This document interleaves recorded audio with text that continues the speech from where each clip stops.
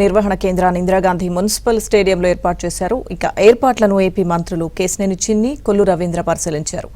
బాధితులందరికీ ఆహారం, తాగునీరు అందిస్తామంటున్న కేశినేని చిన్ని, కొల్లు రవీంద్రతో మా ప్రతినిధి సత్య ఫేస్ టు ఫేస్. విజయవాడలో ముంపు ప్రాంతాలకు సంబంధించి ఆహార పదార్థాలు అందించేందుకు ఇందిరాగాంధీ మున్సిపల్ స్టేడియంలో ఏర్పాట్లు చేశారు. ఇక్కడ నుంచే స్టాక్ మొత్తం కూడా ముంపు ప్రాంతాలకు వెళ్తోంది. ప్రస్తుతం మనతో మాట్లాడేందుకు ఎంపీ కేశినేని చిన్ని గారు ఉన్నారు. వారితో మాట్లాడదాం. సార్ చెప్పండి, ఇక్కడి నుంచి ఏ మేరకు సహాయం అందుతుంది, అదేవిధంగా వరద బాధితులు అందుతున్న సహాయం పట్ల ఏం మాట్లాడుతున్నారు? విజయవాడ చరిత్ర ఎప్పుడూ చూడని వరద, అందులో రిలీఫ్ కార్యక్రమాలు మొదటి రోజు మేము అందుకున్నంత ఊపు ఎందుకు అందుకోలేదంటే అక్కడికి వెళ్ళటానికి కూడా మార్గం లేదు. దేశం మొత్తం మీద ఉన్న ఎన్డీఆర్ఎఫ్ బృందాలు దాదాపు 8 రాష్ట్రాల నుంచి ఇక్కడికి తెప్పించాం. 190 బోట్లు పనిచేస్తున్నాయి. నిన్నంతా 8 హెలికాప్టర్లు పనిచేసినాయి. దాదాపు 800 డ్రోన్స్ పనిచేసినాయి. డ్రోన్స్ వల్ల 25,000 మందికి సహాయం అందించగలిగాం.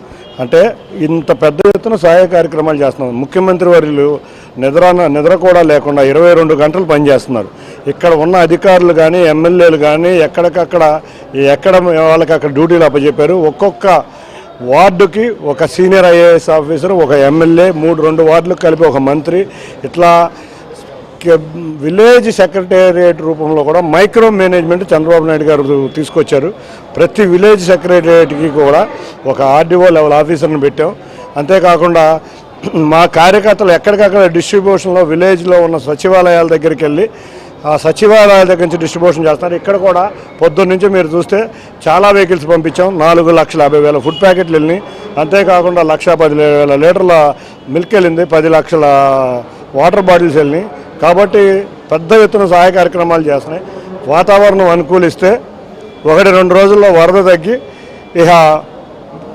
అక్కడ ఉన్న ఆరోగ్య పరిస్థితి, శానిటేషన్ పరిస్థితి మీద రాత్రి సార్ కూడా చెప్పారు, దృష్టి పెట్టమన్నారు. అన్ని సచివాలయాల్లో వాళ్ళ నుంచి వైద్యులు ఉండబోతున్నారు. మందులు కూడా గ్రామ సచివాలయంలో ఉండబోతున్నాయి. కాబట్టి పెద్ద ఎత్తున రిలీఫ్ కార్యక్రమాలు జరుగుతున్నాయి. బుడమేరు బ్రీచెస్ సంగతి ఏంటి? అవి ఫిల్ చేశారు?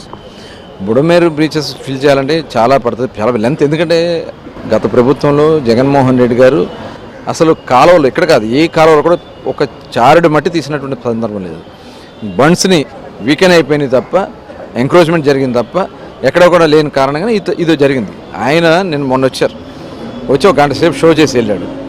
గంట సేపు అసలు ఈయనకి మానవత్వం ఉందా లేదా అర్థం కావట్లే. ఇవాళ అక్కడ నీ కష్టాలు బాధల్లో ఉంటే నీ చేతనైన సహాయం నువ్వు చెయ్యి. ప్రభుత్వం చేస్తాను విమర్శించడానికి నువ్వు ప్రయత్నం చేస్తానంటే ఏమన్నా ఇది మానవ తప్పిదం అంటారు, ఇది మ్యాన్ మేడ్ కెలామిటీ అంటావు. మ్యాన్ మేడ్ కెలామిటీ వర్షం 27 సెంటీమీటర్లు మనుషులు చెప్తూ కురుస్తుంది. లేదు కృష్ణకి 11,50,000 క్యూసెక్ల వాటర్ మనుషులు తీస్తే వచ్చే వాటర్ అది. బుడమేరుకి 30,000 క్యూసెక్ల వాటర్ మనుషులు తీసి వచ్చే వాటర్ అది. ఇవన్నీ కూడా జరిగినప్పుడు ప్రజలకు ధైర్యం కల్పించాలా, మనం కూడా బాధ్యతగా ఉండాలా, వీలైన సహాయం మనం చేయాలి తప్ప ఇలాంటి కార్యక్రమాలు చేసి ఇప్పటికే మీ పరిస్థితి ఏంటో ఇవాళ ప్రజలందరూ కూడా గమనించడం జరిగింది. వచ్చి మీ వాళ్ళందరూ సహాయ చర్యలు పాల్గొంటామని చెప్పి మాట్లాడుతూ ఏదేదో తప్పుదారి పట్టించే కార్యక్రమాలు చేస్తారు. మొన్న ఒక అక్కడ ఉన్నటువంటి వాళ్ళని అడిగితే వాళ్ళు క్లియర్గా చెప్పారు, మాకు అందుతున్నాయి, పీకల్లోతో నీళ్ళు వచ్చినా వాళ్ళు వచ్చి మా కోసం కష్టపడుతున్నారు, ముఖ్యమంత్రి గారు స్వయంగా వచ్చి ఇక్కడ ఉన్నారని చెప్పి వాళ్ళ సమాధానం చెప్తే, మరి దాన్ని కూడా రాజకీయం చేస్తే దుర్మార్గమైనటువంటి కార్యక్రమాలు చేస్తున్నటువంటి వ్యక్తిని ఏం చేయాలో ఒకసారి మనం అందరూ కూడా ఆలోచించాలా.